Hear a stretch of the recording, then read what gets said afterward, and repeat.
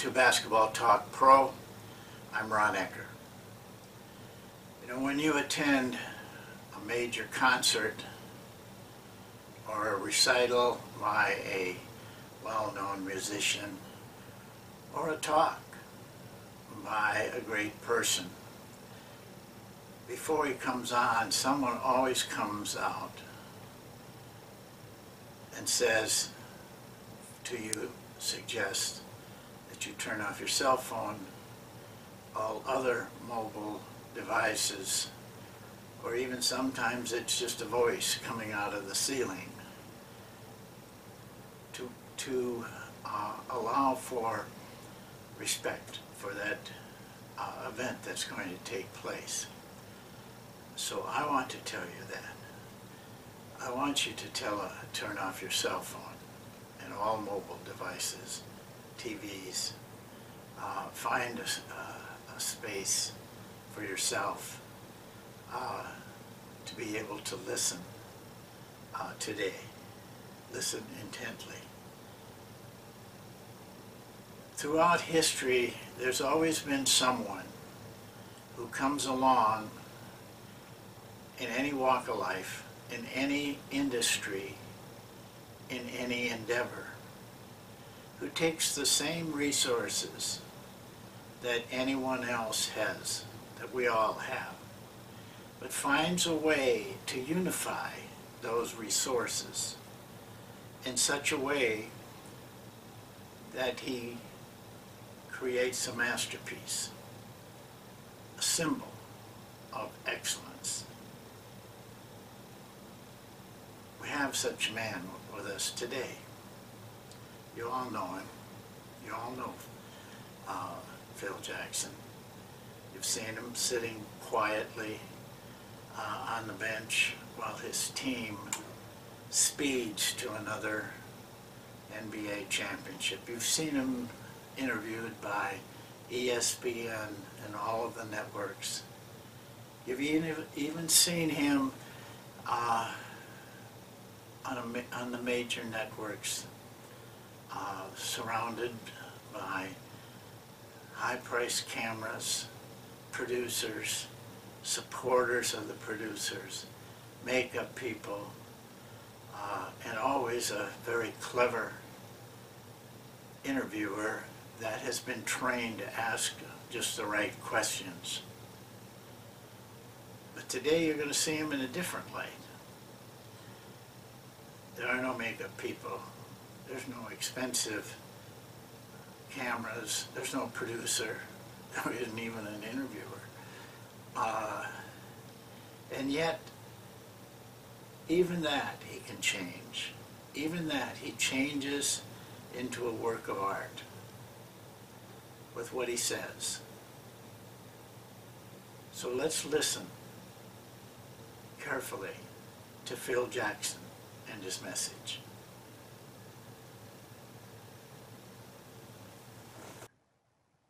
Good day.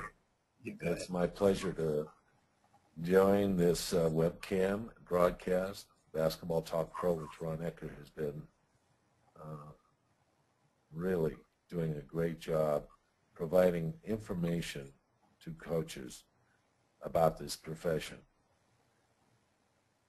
There's so many things that I have an opportunity to talk about today that it's almost impossible to begin something to start this preamble or this sermon that I'm going to give today. I use that term because my father was a minister, and you know, I may end up talking longer than is necessary, but I'll try to be as succinct as I possibly can. Ron's providing you a format that tells you basketball is serious business, and coaching is a very important aspect of it. That we not only have an opportunity to provide a format in which players can exhibit their best nature talent, but we also have a responsibility of building character.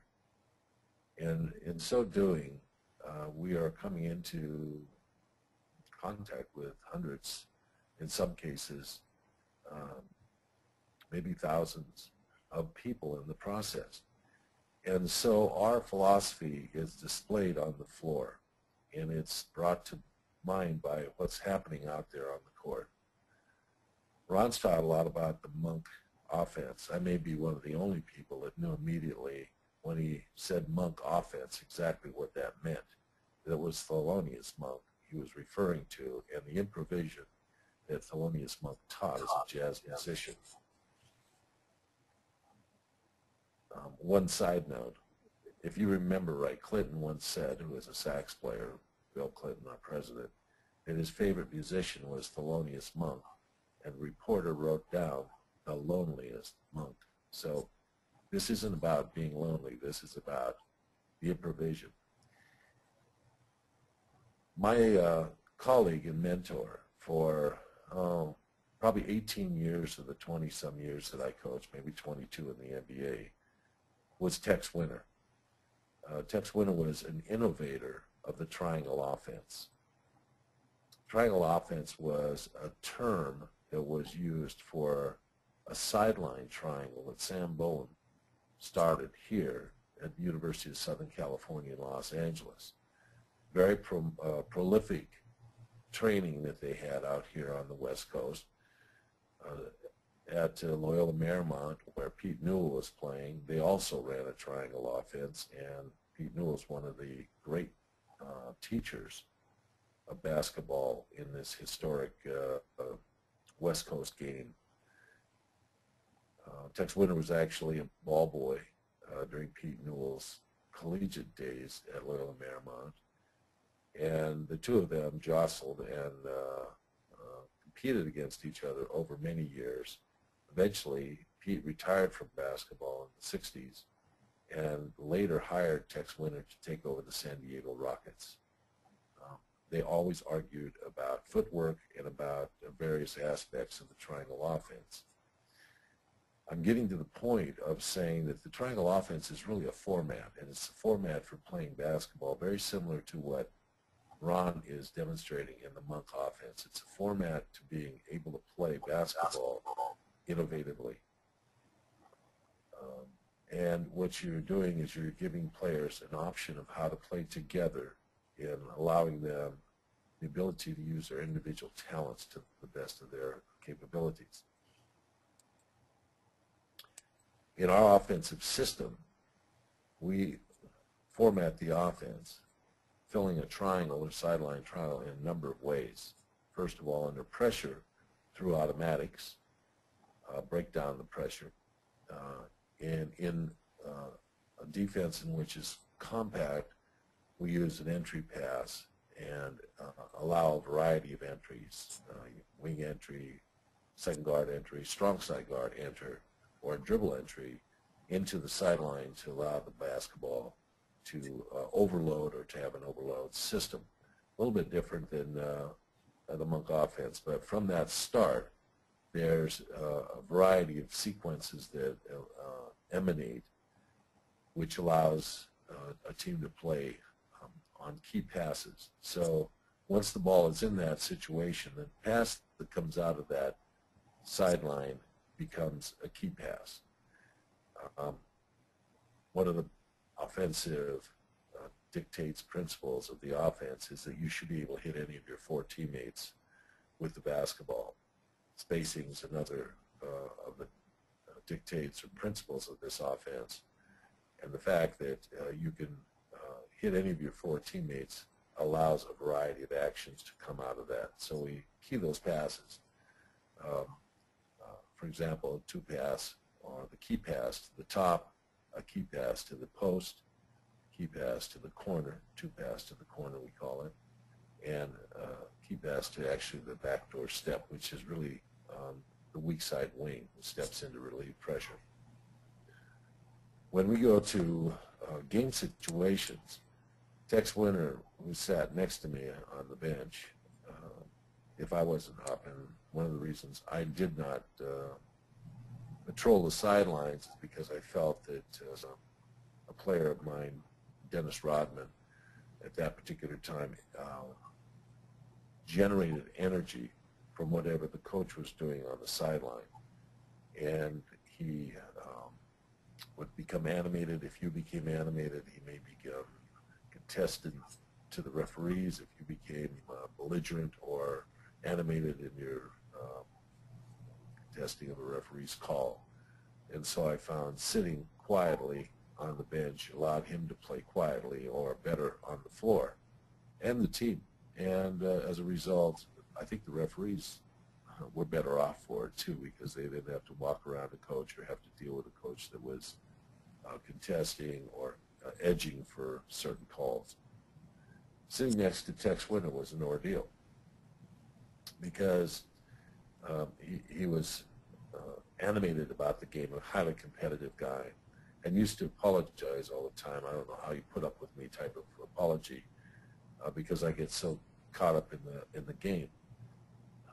But I enjoyed it and actually used it at times because he had a great insight in the basketball game. But I'm getting to my point. He kept notes of every possession, not only of our possession, but of the opponent's. This is in response, obviously, to Ron's method or system that he talked about in how to organize your offensive efficiency rating, your defensive efficiency ratings.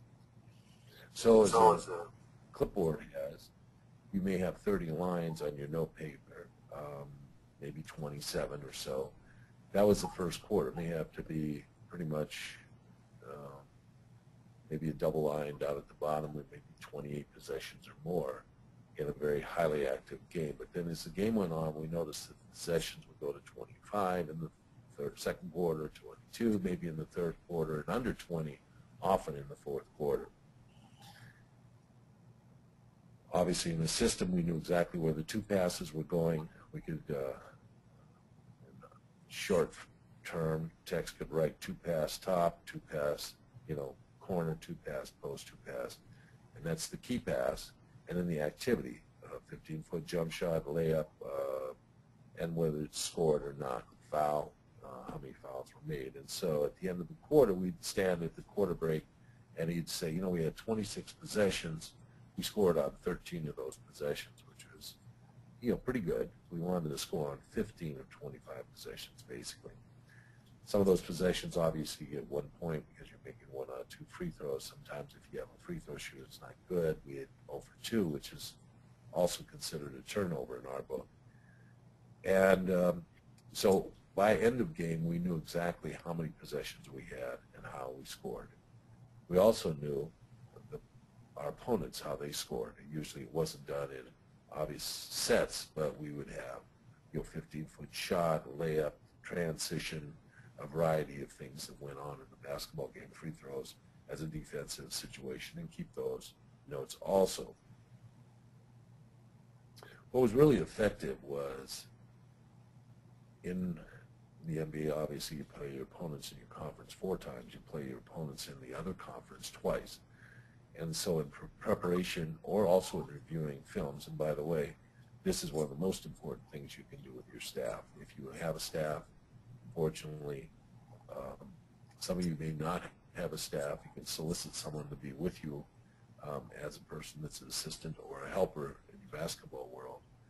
To review films is very important because you learn what you have to coach and what you have to teach to your team, and then also what's the most efficient thing that your basketball club is doing.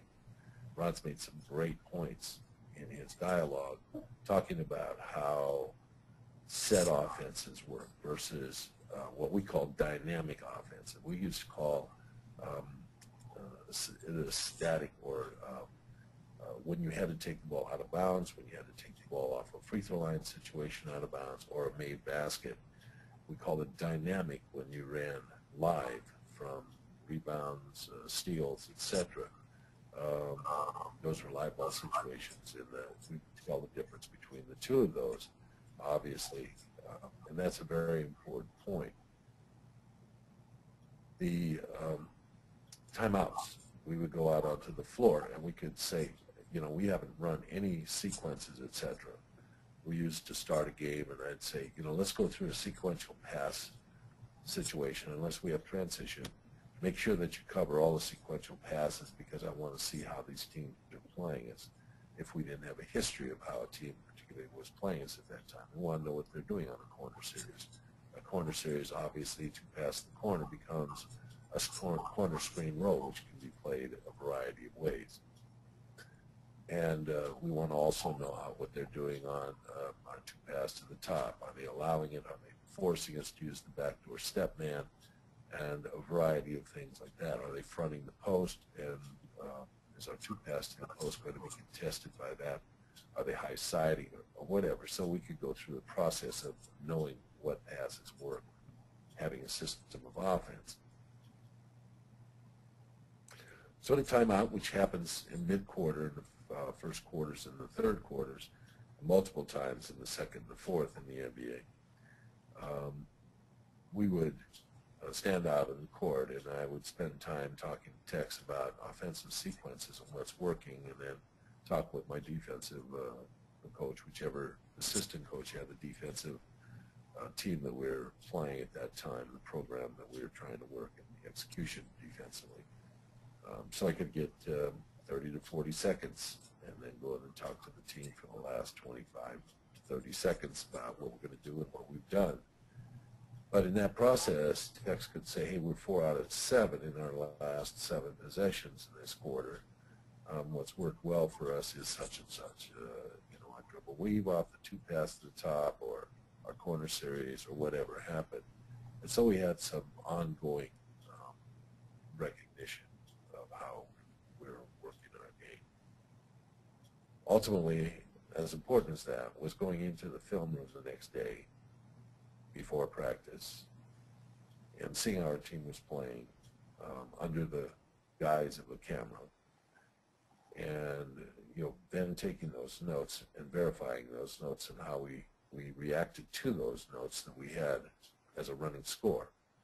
And then what are we going to do the next time we go against this opponent? This helps tremendously because, as Ron has alluded to, in a playoff series in the NBA, oftentimes the adjustments that are made in a 7-game series or a 5-game series are dramatic, and you have to pull out a variety of stops during the course of a playoffs, and that having a system gave us an opportunity to do a variety of things, use a variety of opportunities. Example, in the 97-98 series against the Utah Jazz, they obviously had to use Hornacek on a variety of people because the Michael Jordan Hornacek matchup was obviously a factor in which Michael could go in the post and overwhelm Jeff. So they tried to put him on Scottie Pippen, who played at the top of the floor at the time. Scottie played as a 2-guard or an off-guard. We didn't have a point guard, but he actually was more of our lead guard than our smaller guard, which oftentimes was Steve Kerr, could have been John Paxson, might have been Ron Harper if we went big guard. So we could use an option that we had to bring Scottie Pippen in post, and he had a 30-point ball game in one of the playoff sequences when we got into it, because we saw, hey, this is an adjustment we can make, and we can use this to our favor. Those are the things that allow you to grow as a basketball coach. Obviously, a lot of times you're playing 1, maybe 2 times against an opponent, and you may not be able to or have the need to go through a series of options or have those kind of examples in front of you. But it's really important if your preparation is there and you're ready, and then you can make the adjustments. I like to emphasize at the closing of this that Ron's brought a real seriousness, a real process of thinking about what you're doing. A lot of coaches, have an idea, they are energized, they are directed, and they come into this game liking the challenge of leading young men as a basketball coach. They may have learned a system, or they may have played under a system of offense they can replicate out there in the court. And that's really important. But when I talk to coaches, as recently as I did last fall to the NBA Coaches Association, I talked about making something your own, having something that truly is your own. One of the reasons why people don't see the triangle offense is because it's hard to teach it if you don't know the build-up drills and the skills that go into that. I'm talking about just the basic skills of basketball. If people came to a practice that was either with the Bulls or with the Lakers, they would have said, this looks like 7th or 8th grade or junior high school practice going on out here on the floor. Because we start out teaching skills, how to pick the basketball up and stop and pivot, how to make passes, how to make a two-handed chest pass without stepping, just using, because the pass sequence in this offense was ultimately very important, how to post pass without using your arms, using your hands, fingertips in an overhead pass, not passing from behind your head, but passing from above your head in a two-handed pass that's made, how to make a bounce pass correctly, baseball pass to be used in passes over 30 feet of length. All those things were build-up drills that we had in our basketball practices. And so these skills led into the next skills, how to receive the ball, how to make footwork from the wing, how to make footwork so that people are pressing you to allow you space to be able to activate or use your offense, how to make cuts. All these things are ultimately very important to be taught. A triple threat position, what is that really about? What does it entail? For us, a triple threat position was not with a ball on your hip where you can drive or shoot. Our triple threat position was at your chest where you can make a pass or start your dribble or make a shot. You know, those are things that are really important. My information to my players were simply this. A cellist named Pablo Casals, was leading a orchestra in a symphony that included a cello as part of the symphony. And someone asked Pablo about his preparation for that and how he goes about preparing for it. And he said, oh, as an artist, you must go through the most basic things, so I do my fingering for 30 minutes before I even start the musical things that are going on in the symphony. So we decided that our fundamentals were our fingering as a basketball team and how important that is. Some of the coaches have come to me and said, but, you know, the NBA doesn't call, I mean, they allow you to make mistakes. They allow you to carry the ball down or cradle the ball when you dribble it. They allow you to move your pivot foot out on the floor. They allow you to step back to the three-point line to move both feet. My reasoning and rationale was that may not always be the case. There are times when referees make calls that are instinctive, or they make calls that may not, you know, be called every time, and you don't want to have the pressure situation at the end of the game be something that takes your possession of the ball away from you. So we practice skills and believed in skills a lot, and I think that it's very important because it gives an essence to the team that this is serious business, that basketball is a skilled sport. It's not about catching the ball and putting it on the floor immediately. It's about catching the ball and maybe using footwork first and foremost before you activate the ball, about looking to pass the ball first before you activate the ball. So these are things that became an important point of ours, teaching players how to play the game, which we thought lended to an overall team atmosphere of fundamental correctness or fundamental ability to execute under pressure. So those were like our daily fingering exercises. And I thought I'd give you that just as a kind of the final tip for the day. Encourage you. Hope you have a wonderful time coaching basketball and enjoy the activity of it and teach players the right way to play the game. Thanks a lot.